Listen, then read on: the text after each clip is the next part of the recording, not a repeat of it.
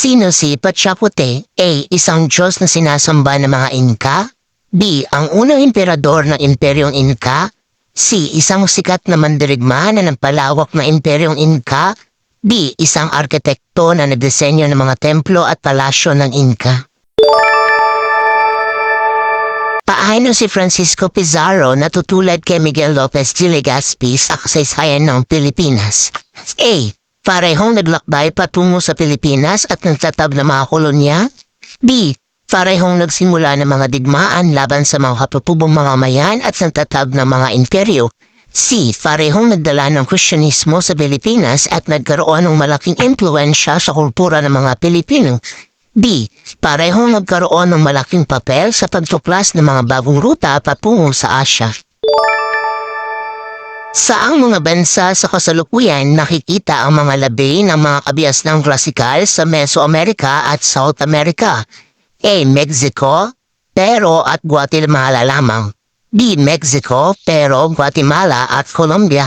C. Mexico, Peru, Guatemala at Chile. D. Mexico, Peru, Guatemala at Brazil.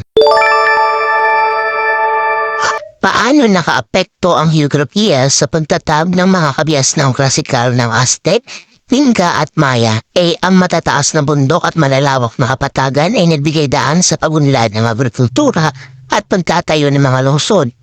B. Ang mga ilog at lawa ay nagbigay ng pinagkukunan ng tubig para sa agrikultura at transportasyon. C. Ang mga topikal na kagubatan at siyerpo ay nagbibigay ng iba't ibang uri ng mga halaman at mga hayop na nagsisilbing pagkain at materyales. D. Lahat ng nabanggit.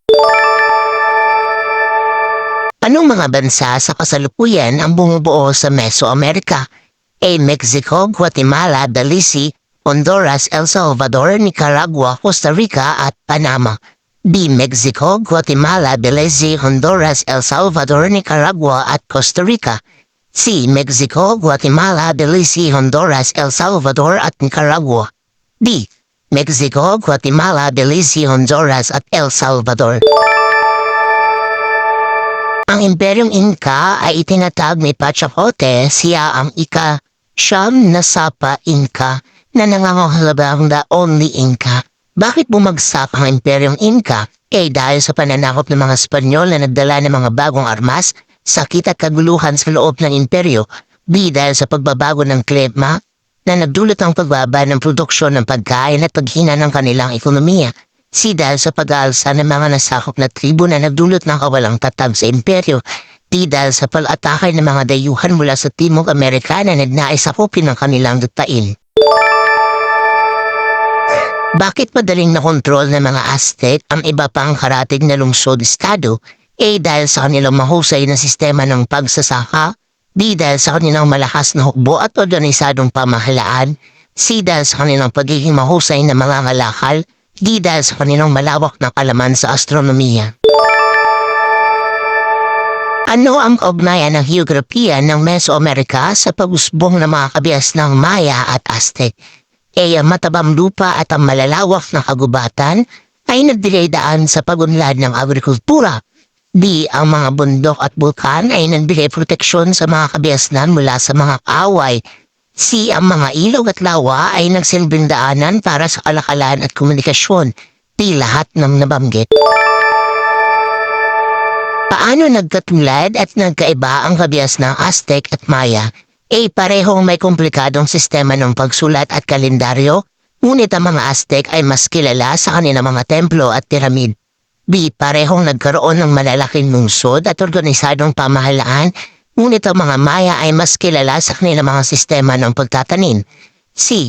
Parehong nagkaroon ng malakas na impluensya sa Mesoamerica, ngunit ang mga Aztec ay mas kilala sa kanilang sariling mga ritual at sakripisyo. D. Parehong nagkaroon ng masaganang kultura at sining, ngunit ang mga Maya ay mas kilala sa kanilang mga astronomical na obserbasyon. Ano-ano ang mga kontribusyon ng mga Maya at Aztec sa sibilisasyon at bakit naging mahalaga ito? A. Ang mga Maya ay nagambag ng mga sistema ng pagsulat at kalendaryo, habang ang mga Aztec ay nagambag ng mga templo at piramid na nagpapakita ng kanilang kaalaman sa arkitektura. B. Ang mga Maya ay nagambag ng mga sistema ng pagtatanim habang ang mga Aztec ay nagambag ng sistema ng pamahalaan at organisasyon na nagpapakita ng kanilang kakayahan sa pamamahala. C. Ang mga Maya ay nagambag ng mga astronomical na obserbasyon habang ang mga Aztec ay nagambag ng mga relihiyosong, ritual at sakripisyo na nagpapakita ng kanilang paniniwala at espiritualidad. Di lahat ng nabanggit.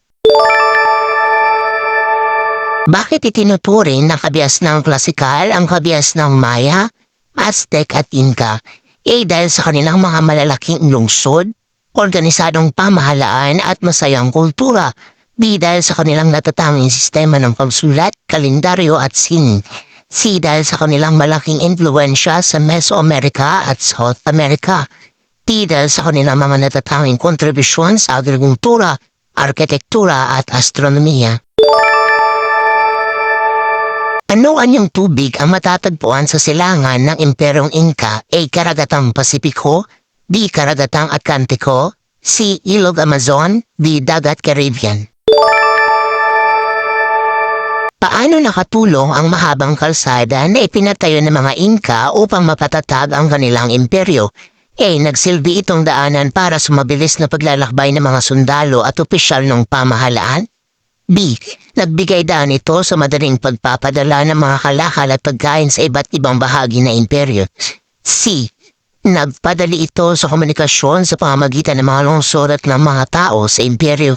D. Nagbigay daan ito sa mas madaling pagkontrol ng mga Inca sa kanilang mga nasasakupan. Sa kasalukuyan, bakit mahalaga ang maayos na sistema ng transportasyon? A. Nagbibigay daan ito sa mabilis at mahusay na paglipat ng mga tao at kalakal. B. Nagpapabilis ito sa pagunlad ng ekonomiya at turismo.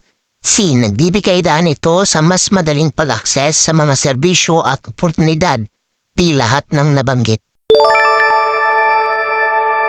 Ano ang ibig sabihin ng Inca? A. Isang uri ng hayop na matatagpuan sa Andes Mountains. B. Isang Diyos na sinasamba ng mga tao sa Andes Mountains. C. Ang pangalan ng isang tao na nagtatag na imperyo sa Andes Mountains. D. Ang ibig sabihin ng imperyo na hango sa pangalan ng pamilyang namuno sa isang pangkat ng tao na nanirahan sa Andes. Anong kabiasnan sa Amerika ang umusbong sa hilagang kanlurang bahagi ng Lake Titicaca sa matabang lupain ng Lambak, Cusco? A. Aztec, B. Maya, C. Inca, D. Olmec. Anong klasikal na kabiasnan sa Amerika ang may taguring halakyanik sa kanilang namumuno na may ibig sabihin na tunay na lalaki? A. Aztec, B. Maya, C. Inca, D. Olmec. Paano napakinabangan ng mga Aztec ang mga lupain na kanilang sinakop? A. Pinagtrabaho nila ang mga tao sa mga lupain bilang mga magsasaka. B. Pinagbayad nila ng buwis sa mga taong nakatira sa mga lupain. C. Ginamit nila ang mga lupain para sa pagpapalawak ng kanilang imperyo. D. Pinagtibay nila ang kultura ng mga taong nakatira sa mga lupain. Ano-ano ang salik na nagbigay daan sa paglakas ng imperyong Aztec? A. Ang mahusay nilang sistema ng pagsasaka at pagpapatubig. B. Ang kanilang malakas na hukbo at organisadong pamahalaan. C. Ang kanilang kakayahang makipagkalakalan sa iba pang mga grupo. D. Lahat ng nabanggit. Anong katangiang geographical ng Tenochtitlan ang nagbigay daan upang ito ang naging sentro ng pangkalakalan sa Mesoamerica noong sinuunang panahon? A. Matatagpuan ito sa isang malaking kapatagan na madaling puntahan ng mga mangangalakal. B. Matatagpuan ito sa isang lawa na nagsisilbing natural na daungan para sa mga barko. C. Matatagpuan ito sa isang lugar na mayaman sa mga likas na yaman. D. Matatagpuan ito sa isang lugar na may malaking populasyon. Ano ang isa sa mga negatibong epekto ng mahusay na sistema ng pagtatanim ng mga Mayan? A. Nakapagbigay ito ng masaganang ani na nagdulot ng labis na pagkain. B. Nakapagpatayo sila ng mga malalaking lungsod at sentro ng kalakalan. C. Nagdulot ito ng pagkasira ng kagubatan at pagkawala ng tirahan ng mga hayop. D. Nakapagbigay ito ng pagkakataon sa mga Mayan na magkaroon ng mas malawak na pakikipagkalakalan sa ibang mga kultura. Paano bumagsak ang kabias ng Maya? A. Dahil sa digmaan sa pagitan ng mga lungsod-estado. B. Dahil sa pagbabago ng klima at pagkaubos ng mga likas na yaman. C. Dahil sa pananakop ng mga Aztec. Di lahat ng nabanggit. Paano nakipagkalakalan ng mga Maya sa ibang bahagi ng Mesoamerica? A. Sa pamamagitan ng paglalayag sa karagatan. B. Sa pamamagitan ng paglalakad sa paggamit ng mga hayop. C. Sa pamamagitan ng pagpapalitan ng mga kalakal at serbisyo. Di lahat ng nabanggit. Ano-anong lungsod ang makikita sa timog na bahagi ng Yucatan Peninsula?